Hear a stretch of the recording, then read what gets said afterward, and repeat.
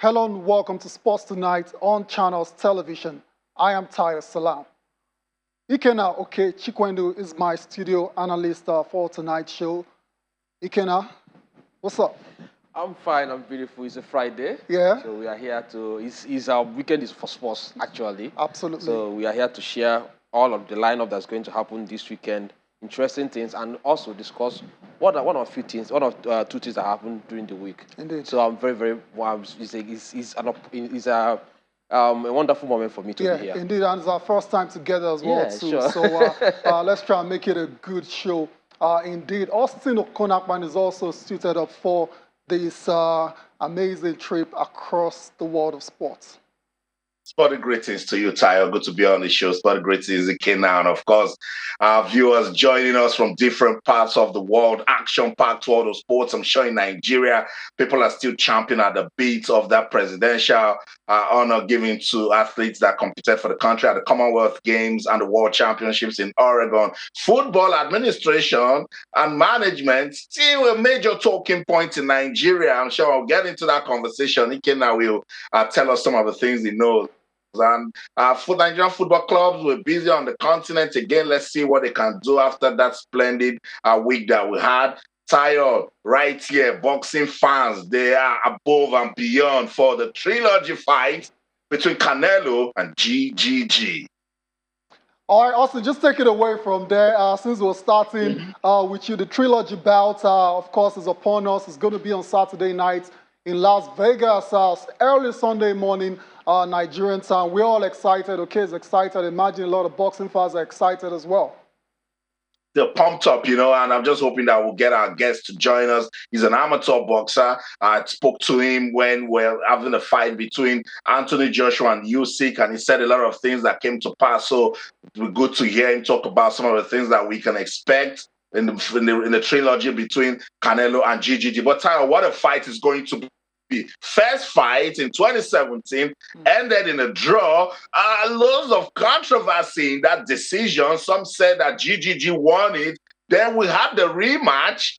More controversies. They said GGG outboxed Canelo, but Canelo got the win. Now, this trilogy, there's so much bad blood between both boxers. In fact, Canelo didn't hide it at a post-fight conference. He said he hates GGG and that he cannot wait to have an opportunity to get into the fight and prove this point. Now, I'm looking at the age difference style. GGG is 40. Canelo is 32, but Canelo is coming off that defeat to Bivol, and he says it has even made him more dangerous to take out this guy. We have a fight on our hands, guys. Yeah, indeed, we've got a fight on our hands. Okay, for you, let me take you back to the first couple of bouts. What's your recollection of those two fights? Of course, it was disputed. Yeah. The first one ended in a draw, like Austin said. The second one went to Canelo Alvarez. What's your own recollection of those two bouts going into the trilogy? The thing is that I've been following Canelo from after his fight with that was Mayweather. Mayweather, yeah.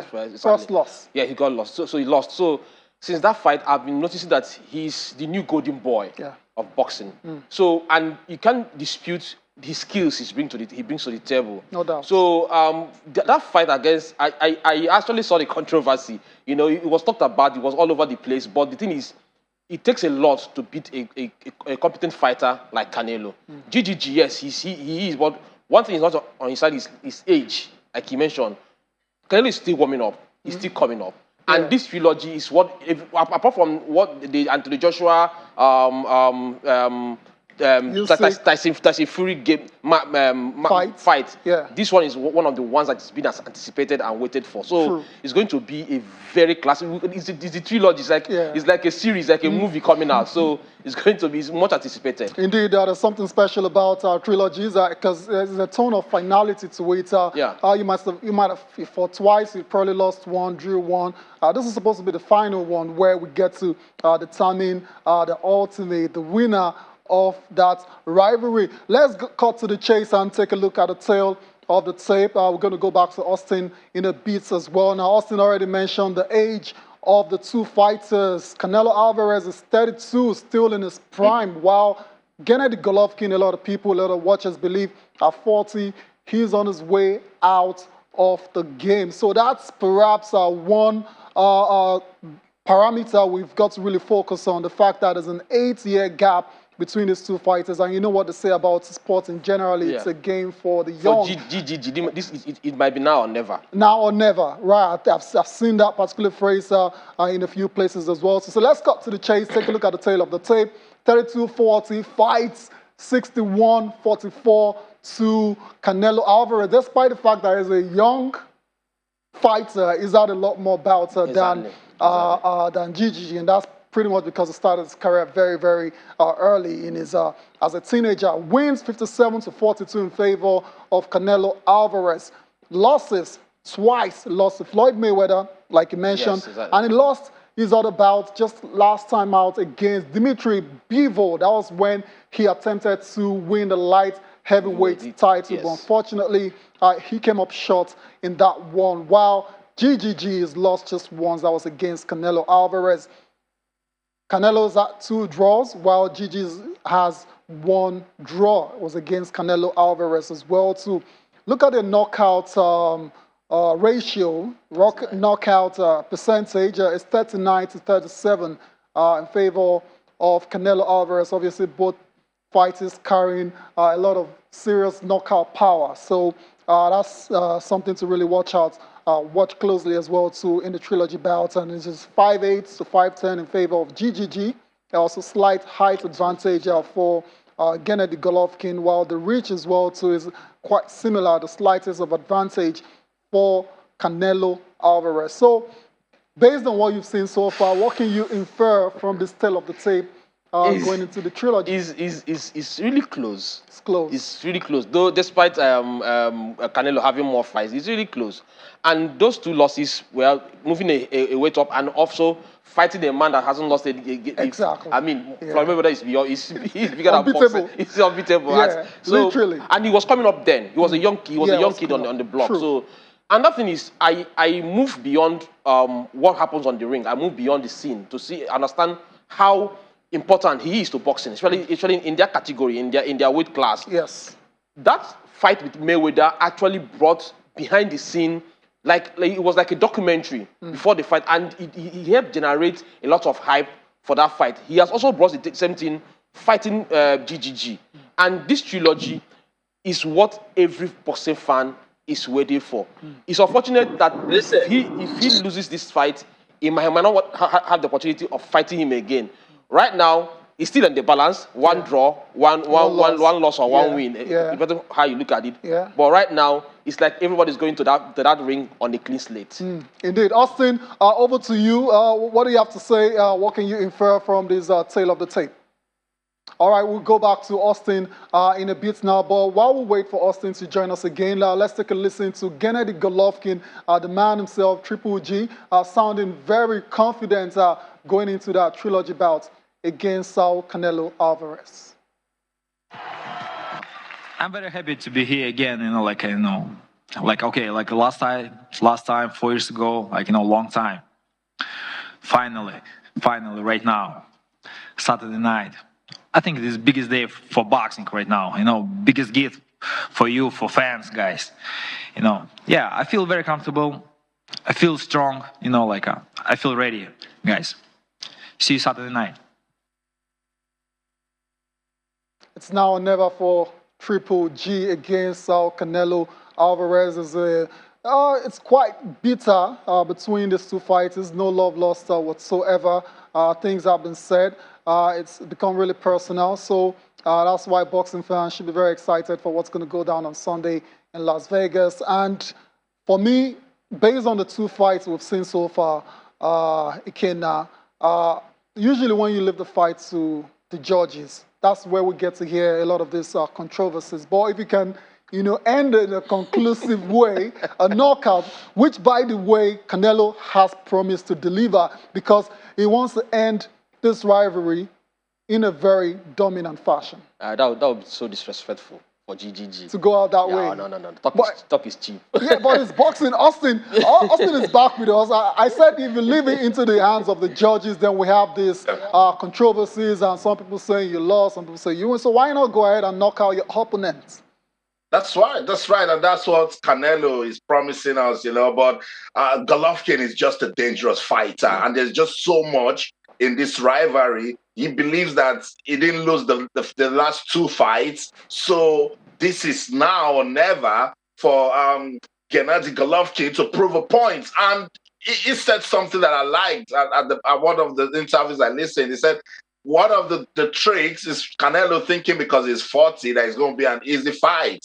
I think that's very, very important. And that's why when you were asking me about the tail of the tape, I was trying to disregard it because we've seen most of the times that the tail of the tape is destroyed by just one punch. Yeah. One right punch and everything is over. So there's just so much in this trilogy. So I remember that it's almost 4 years to this is their second fight. Yeah. So 4 years of putting this together for these two guys to stare into their faces. Canelo said, look, I hate this guy. And when I was looking into his face, I was remembering all of the trash talk. So I just want to end this. So if you look at the tail of the tape, they've got almost the same quality, particularly when you talk about reach. Golovkin taller in terms of height. But when you look at everything invested into this fight for both boxers, they both have points to prove, And I totally agree with Canelo that it's such a fight, you just need to come out and just end it the right way so that all of the trash talks of, I was outboxed by GGG, and then I went on to win the fight, and all of the controversies that have been generated from the first two fights will end. But he knows he's got a tricky opponents in Gennady Golovkin and Tayo. I just can't wait for tomorrow. I remember in 2017, it was GGG that walked into the ring with those belts. So imagine what he would be thinking, like suddenly look at all the belts and the dominance Canelo has enjoyed until he lost to Bivol. So Canelo is saying losing to Bivol has made him more hungrier, more dangerous.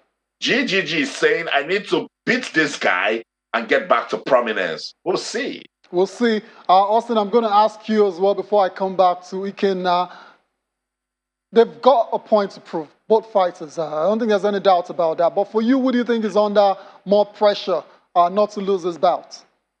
Definitely the man with the belts. The man with the belts always under more pressure. You see, with Canelo and the things he's been saying, you can tell that he just wants to, end these talks. He wants to prove a point. He wants to get back to dominance. He loved what he's been enjoying until he decided to go up the weight and lost to Bivol. And look, Tayo, there's nothing as painful as seeing another boxer get off that ring with all the belts. So definitely, Canelo is under more pressure. He's a dangerous fighter. But with what we've seen in the first two fights I had with Gennady Golovkin, he knows that anything can happen. So he might just be depending so much on that one killer punch to knock out GGG. And GGG might be thinking of, let me just take my time, jab, jab, jab, go to the side, outbox this guy, and get back those belts. That's boxing. The strategic fighter on the night will win.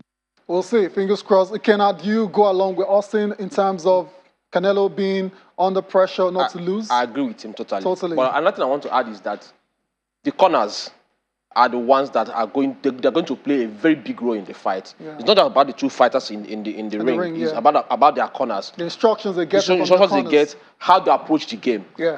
They might. If I'm not in Canelo's camp, but I'm talking from afar. But if that is his mindset, let me just go and end the fight. It might be dangerous for him. He might lose the fight. He might go in there with the wrong mindset. So it is how the coaches, the corner, will advise them when to go in, when to back down, when to take it easy, when to go back again. So it's going to be tough. I think Canelo will be under pressure because he's the one. GG has nothing to lose. Not a lot. He has lost before. He has dropped before, so he has nothing to lose. But Canelo is the one under pressure. But I think at the end of the day, he might still come out on top. Both fighters are under pressure, but I think I want to agree with you and Austin as well, too, that Canelo is under the most pressure. So let's say Canelo goes ahead and loses his fight. Does it in any way affect his legacy? I'll come to you, Austin, on that as well. No, it doesn't. But what it does, and that's why most boxers are very under pressure. There are a lot of people lined up to take on to be the champion or have at least have a shot at the title. So once you lose, you might now fall down the pecking order. So it hurts. So you have to stay. You have to stay there as long as possible. So now, like what's happening to our own Anthony Joshua? He's lost to Usyk twice. He's now done the picking order. Now people are, and the same thing happened to the Hayes of Britain. So if you are not there at that top fighting, and if you lose that belt, it might take you a while to get a shot again at the title. So that is why they are always under pressure to hold on to the belt. Like they say, uneasy lies the head that wears the crown. Yeah. So it's a very tough thing for them. But right now, it doesn't hurt. If Canelo loses back-to-back fights, so you're saying it doesn't take anything away from his legacy? No, back-to-back would be a... That's what I'm saying. He's lost against Dimitri Bivol. But then again, he might be given a chance because of his reputation, because of what he brings to boxing. He might be given another chance to get a shot at the title again. Oh, yeah. Eventually, we'll see how that pans out. But we need to go on a break right about now. When we come back, Austin is going to be giving us his thoughts. All right. We actually can continue talking. Austin, you take it away straight. If Canelo loses, is legacy affected in any shape or form? Of course, Tayo, it will dent his legacy. This guy is the middleweight, small letter G-O-D. With everything he has achieved in that division, he's expecting to, keep the momentum going. And then think about it that it's coming off a defeat to Bivol, and then this will happen against Golovkin. And you know that when you lose to your rival, coming back is always a pain because the media will not help your recovery process. Yeah. Look at everything this fight is already, commanding. Generating. Then imagine GGG beating Canelo. It will destroy almost everything we've heard about Canelo. He's going to lose so much. He's going to lose most of the endorsement that he has, bragging rights off the window, belts on the shoulders of Gennady Golovkin. Tayo, it will dent his. He knows this guy is the undisputed super middleweight champion, and he's bringing those titles on the line. If you don't defend those titles, it will crush his legacy, Tayo. That's what we're talking about. And everyone will start talking about Golovkin. Right away, we'll forget that he's 40, and then we'll start talking about him, and then he becomes the man to beat. That's why in boxing, you must just keep it going. When you're not winning, look at how it is now. Even in the heavyweight division, we're talking more about Andy Ruiz than even Deontay Wilder. Yeah. That's relevant. So if you're not winning, before you know what's going on, you're off the window, bruv. Austin, I like the choice of word you've used, dent. Yeah, I think it's very, very instructive. I remember when Oscar de la Hoya, because Canelo was, when I saw him first, it reminded me of Oscar de la Hoya back in the day. So it's also the same thing that happened to many boxers. Ricky Hatton, a lot of them, once they lose, their reputation is dented. So that's why they want to keep it at that top as long as it lasts, as long as possible. But it's a tough task. It is. It is a tough task. There's no doubt about that. For a fighter who for a long time looked invincible, we talked about that loss against Floyd Mayweather Jr. when he was still coming up. Since then, he was practically invincible, unbeatable until Dimitri Bivol gave him that L, which we can understand because that's not his natural weight. Austin, talking about weights, we're still trying to see if we can get a boxer on the show before we leave this segment. But before then, Austin, the last two fights that they had was contested at the middleweight class. Now it's going to be at the super middleweight division. Surely, Canelo is the champ there, undisputed. That has to be some sort of advantage for him. You need to take a look at the antecedents before the fight. Tayo, is very, very important. So at this stage of this sort of fight, no advantage for anyone because Golovkin is coming with so much from what has happened in the first and second fight. And that right there is his motivation, So he's just going to take a look at it that it will even mean more victory for him if he can beat Canelo at a super middleweight, division. So I don't think it's going to, impact on the fight for Golovkin. He's just going to get into that fight with one thing in his mind. I'm fighting Canelo. I got robbed in the first fight and the second fight. And with this trilogy, I have no choice than to prove a point that I can still be relevant in world boxing. That's how Golovkin is taking into that ring on Saturday. And that might just be the motivation I need to knock out Canelo. I think we should go on a quick break and then put a pause on this conversation. When we come back, if we don't have our guests to talk about boxing, we'll move right away into what's going on with the development of sports in Nigeria. Everyone's still talking about the president honoring athletes that did so well in Birmingham and Oregon. Don't go anywhere. Stay.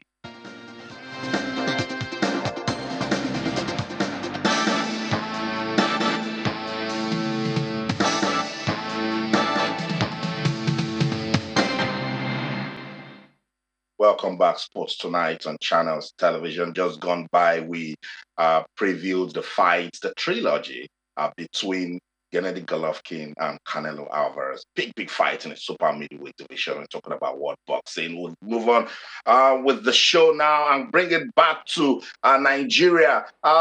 Sports followers in the country were over the moon yesterday when the president, Muhammadu Buhari, hosted athletes that competed and represented the country in a very good way at the just concluded Commonwealth Games in Birmingham and the World Championships in Oregon. Beautiful. Nigeria will never forget August 2022 record-breaking performance in Oregon and Birmingham. Let's listen to the Minister for Youth and Sports Development, Mr. Sunday Dare. He's talking about the commitment of athletes and what government can also do to keep it going.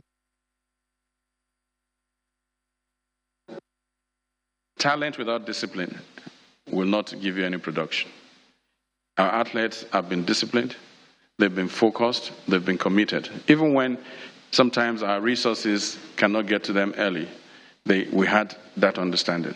But for them to have remained with Nigeria, to wear our colors, to run under our banner, because we know several other athletes have changed their citizenship, I think they deserve a lot of credit, because these are athletes that are well known globally, and any country will snatch them. But I'm sure today they will be glad that a grateful country and a grateful president, who is a father of all, came out for them, stood up for them. We hope that this will inspire other young, talented athletes who will eventually wear the colors of this country and run for Nigeria. We're preparing for France 2024. Already we have a big Philip from Oregon. We have a big Philip from Commonwealth. We're unaware that right now a lot of people want to beat us. The Jamaicans are not happy with us. Are they? The Britons are not happy with us. The Kenyans are not happy with us because of what happened. So we know that we really need to keep at it so that when we get to France 2024, the standard we have set, we will try to go above it. And I'm sure that our athletes can do it. That's it. The Minister of Youth and Sports Development, Mrs. Sunday Dare, talking about what's next for Team Nigeria after that record-breaking performance in Birmingham and Oregon. And someone sent me a message. Still, it wasn't just concluded. It's because I can't just get the Commonwealth Games out of my mind.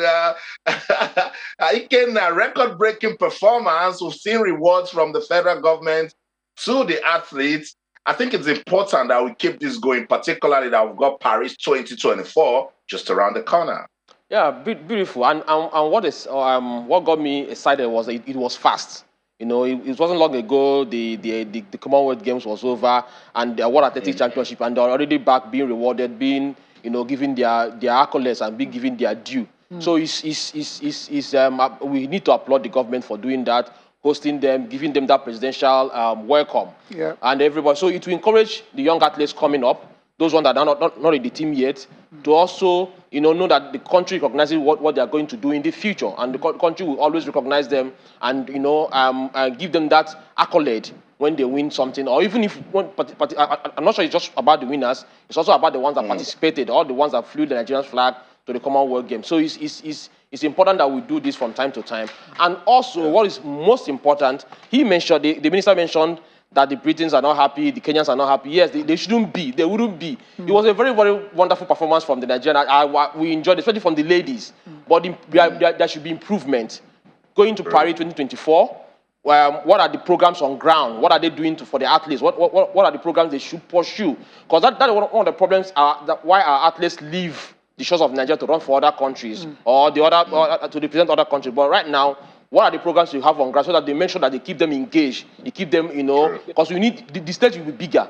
The Olympics is not the Commonwealth. It's not the few countries. This one, everybody is coming to the event, so it's going to be a bigger stage, a bigger competition for them. So, what are the programs you have to lay down for the Amazons, the SA Brumers? What are they going to do to improve on what they have already achieved and what they have already done? I totally agree with you, Tayo. I know you have something to say about this, but you've got to wait because the champs, Toby and SA, they are waiting to say something to our viewers. Let's listen to them.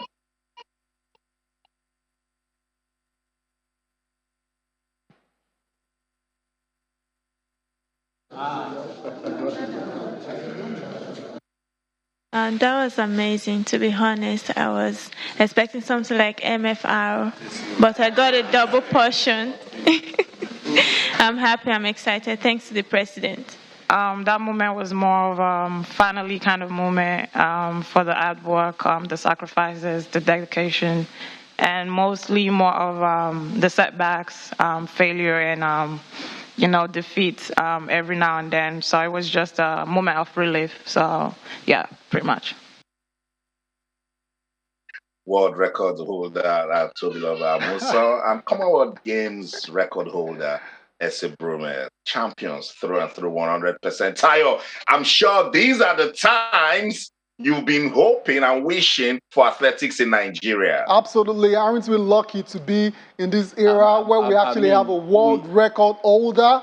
That's incredible. It's very so amazing. Shout out to Toby Amusha as well as SA Brume. But I'll just get more serious now, Austin. The minister mentioned commitment, which is what a lot of Nigerian athletes show.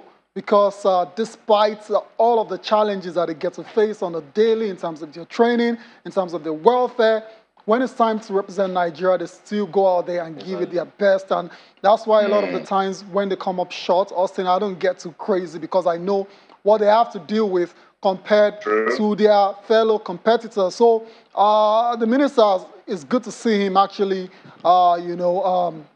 recognize the commitment of the athletes. And then it's time for him, the ministry as well, to show more commitment. They need to up the ante. And he's talked about the Jamaicans are coming back with a vengeance, the Americans as well. So what that means is it's going to be even tougher for Toby and Asa and the likes to even, retain their titles and their performances. So it's back. It's honors is on the sport ministry as well now to give them, if they were giving them 30%, 40% before, now it's time to give them close to 100%, Austin. That's right. Totally, I agree with you. And let's not forget that both SA Brume and Toby Amuson were recently unveiled by a private sponsor, a bank in Nigeria. So these are what we're talking about. You need to leverage on the success stories, This is when we need purpose-driven leadership in the AFN. We need accountability so that more sponsors can say, let's see what we can do because these guys know what they're doing. They need to be transparent, They need to be professional because it's all about sustaining the momentum. And I love that the minister commended the athletes for their commitments. They've done their part. Ministry, federation, local state sports council, media, everyone, must find a way to get in, and meet the athletes where they are so that we can keep it going. It's all about keeping it going. Last word before we move on. Yeah, I think another thing we should do is we have to take our sports festival serious. We've not been taking it seriously for the past couple of years or so. The one they had in Abuja wasn't, it didn't get that media publicity, didn't get that attraction we needed. So we need to, because what Ese and Toby has done is that they have proven to us that we still have a lot of talent in Nigeria. A lot of because those two have come right from here. We haven't imported them from America. Exactly. So we need to pay attention to what is happening at the grassroots and take our sports festival very, very serious. Very important. Yeah. Austin. True.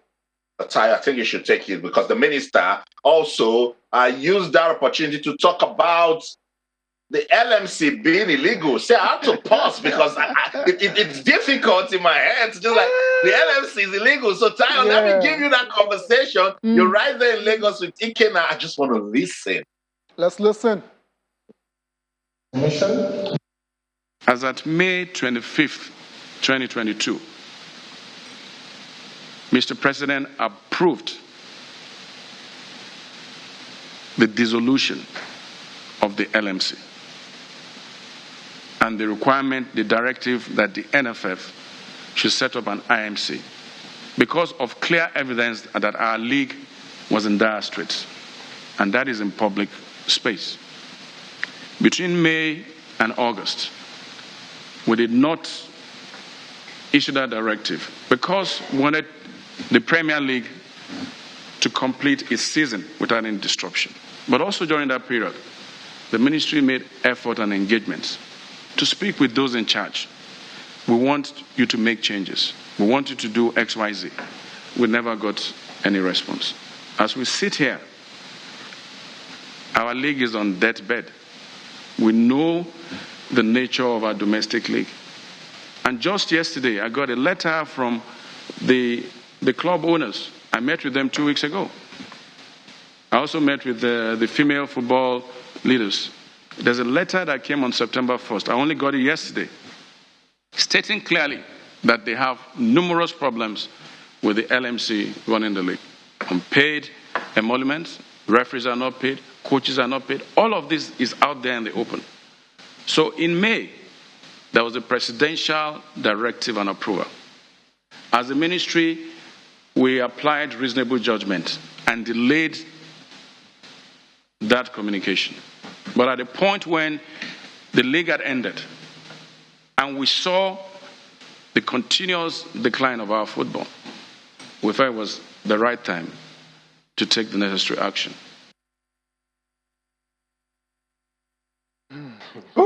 Minister of Youth and Sports Development, Mr. Sunday Dare, insisting that is the FG that says, look, dissolve the league management company. There's so much, wrongdoings in there, and set up an interim management committee for the administration of league football in Nigeria. Ikena, are you part of those who have their hands on their cheek after, hearing these talks about the LMC being illegal?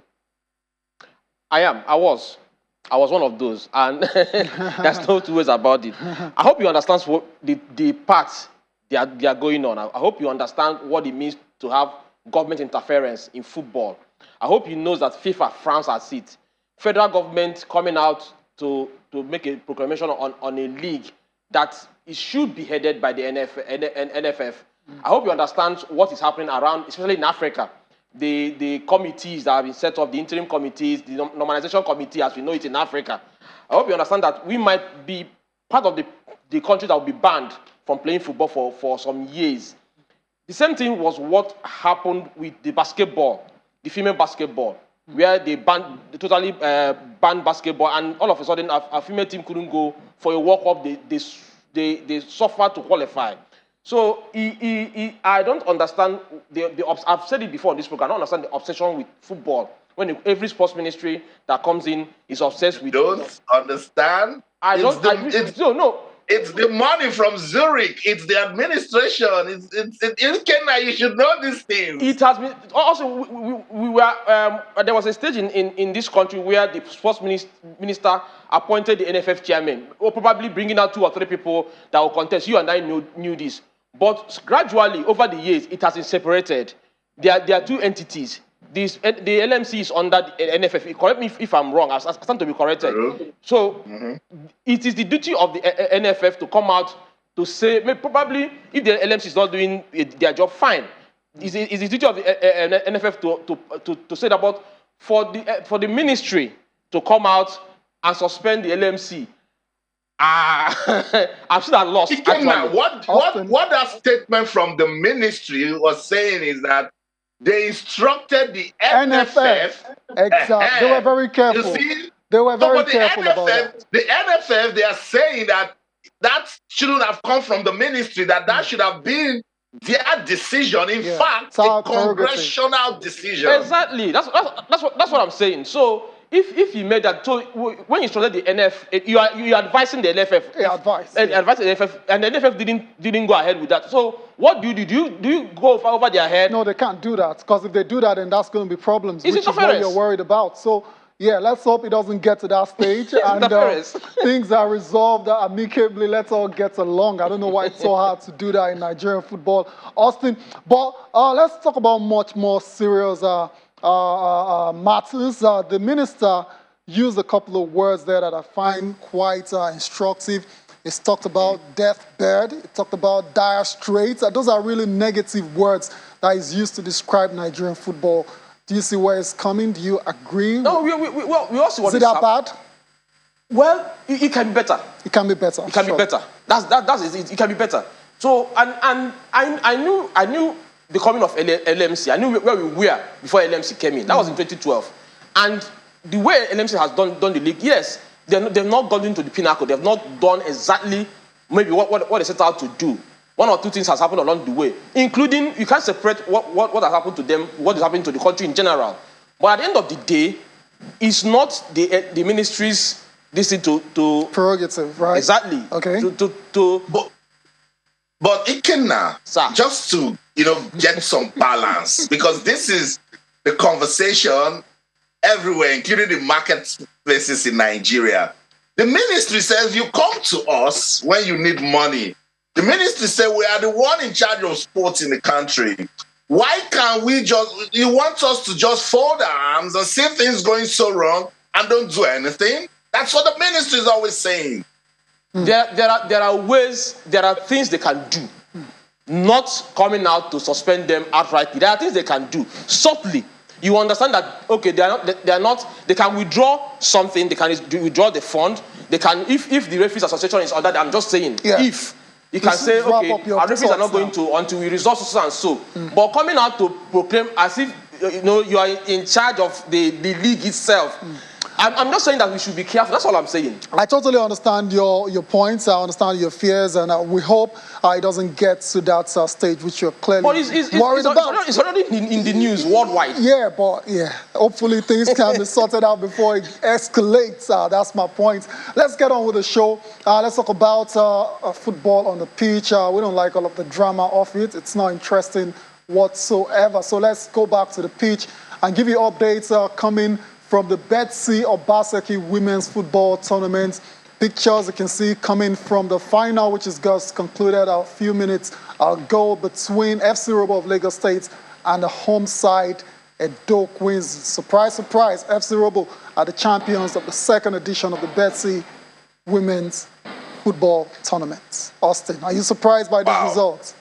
I'm not surprised, and that's why I was saying the other day on the show that let's not take it, to heart so much, It's not win at all costs. I'm sure there are lessons in this for Edo Queens. They would have loved to win it. They are the host, but we know what FC Robo they've been doing. Shout out to Coach Emmanuel Osaho, what he has done for FC Robo Queens. Look, it's a model that other administrators of women's football in Nigeria can actually study, because he has been producing stars. He's been keeping the team together. There's just something, there's this passion that he has around him that, just pushes his team to success. So congratulations to FC Robo Queens. I'm not surprised. FC Robo, they're not a small team. When you talk about women's football in Nigeria, it was when Rivers Angels started their dominance, and then Bayelsa Queens popped up, and at the time, Nasarawa Amazon. So now we had more teams to talk about, and then people started forgetting FC Robo Queens, but they've always been there, and they've been producing stars for the national teams,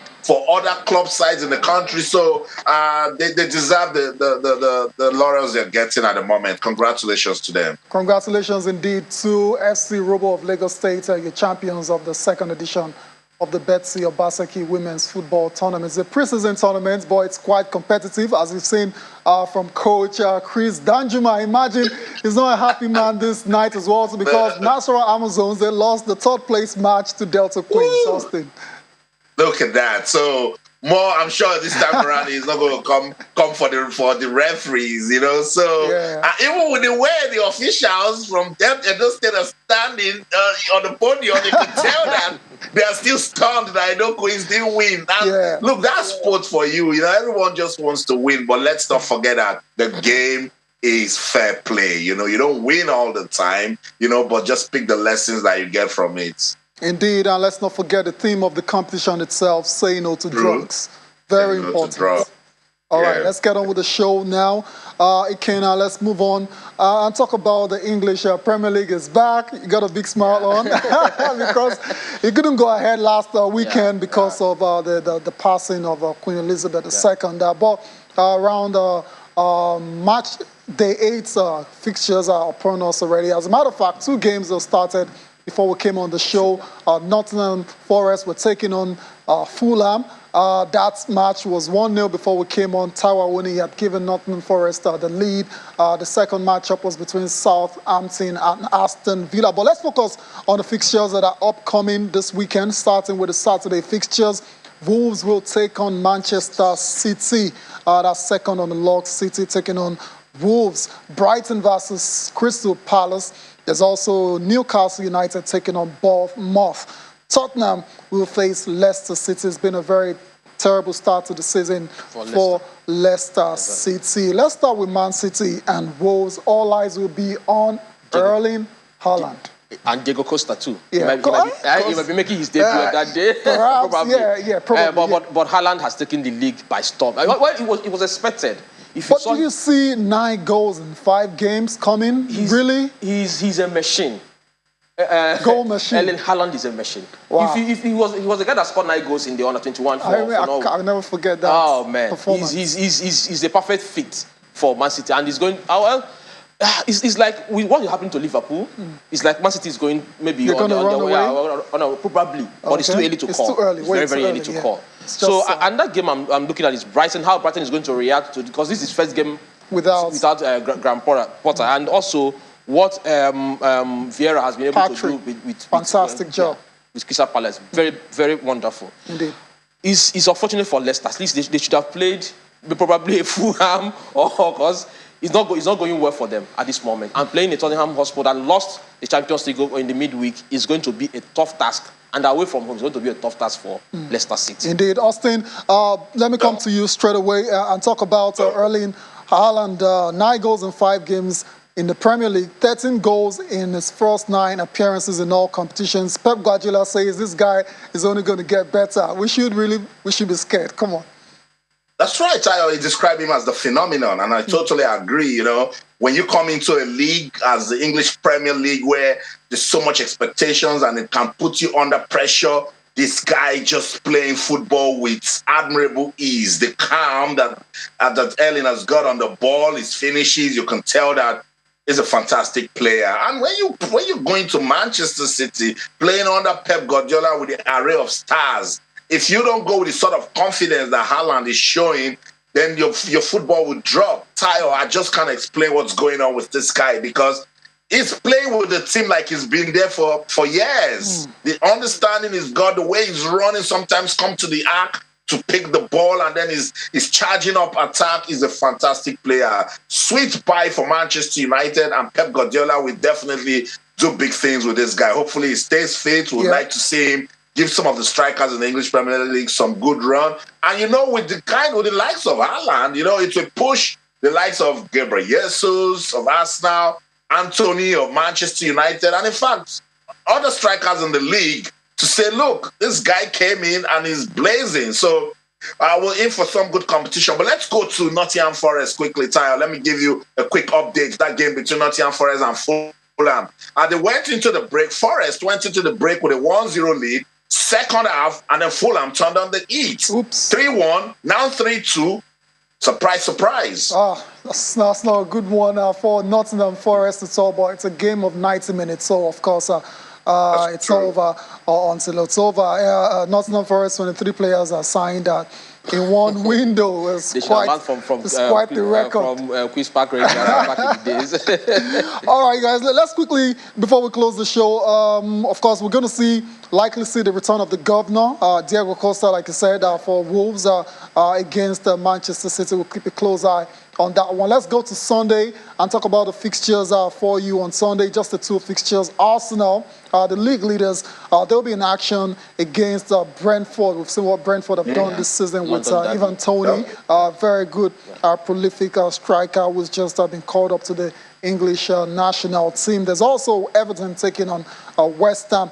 Let's let me get your thoughts quickly on Arsenal versus Brentford. Mikel Arteta has come out just before this game in his pre-match press conference to say, you know, when they lost to Brentford last season at the start, he actually doubted himself. But what a turnaround now. Arsenal, top of the league, going great guns, and I mean, you can't... What I like about Arteta, especially these last 2 years, has been their recruitment. They have done very well in terms of recruitment. They've gotten the right players in the right positions. Yes, they lost to Manchester United, but it can happen to any team. Yeah, it's just one of those games. You don't know exactly what is going to happen, what happened. But then, it's just, this is where you have to come back as a coach, go back to the drawing board, and re-strategize, and come back mid-breath. And it's a London derby, so they have an age now. They're on top of the table. Though the people are mocking them that they might not stay there for a long time, but at least they have shown that they have the zeal, they have the potential to go very far this season. So I'm rooting for them all the way. Austin? Brentford 7 points from 6 matches, and you know they're the sort of team that if you underrate them, you tell a sorry story for yourself. So Arsenal, they understand the need to keep their momentum going. If you listen to Mikel Arteta and some of the players, they thought they would have gotten something out of Old Trafford. They lost that one, but it still kept them on top of the table, and I think that's good for their confidence. If they can beat Brentford on Sunday, then you know that Arsenal really proving to us that they can be the real deal this season. But hey, this is football. Brentford, you see what they already did to Manchester United at Old Trafford. Yeah. They can still hold on to what they did to Arsenal at the start of the season, last season. So all of these things put together just gives us an interesting tie. We'll wait for Sunday. And so that note, we've got to go now, Austin, right? You got to go, Tayo. What an exciting show tonight. It's just sad that the time just disappears when you're having fun. That's the show in London. Austin, Okonakpan, in everything you do, remember, let's keep talking sports. Bye for now. All right, see you later, Austin. Thanks for your time as well, too. It's amazing. It's been an amazing time. Appreciate your analysis and insights. Thank you all for watching as well, too. Enjoy the rest of your night. I am Tayo Salam.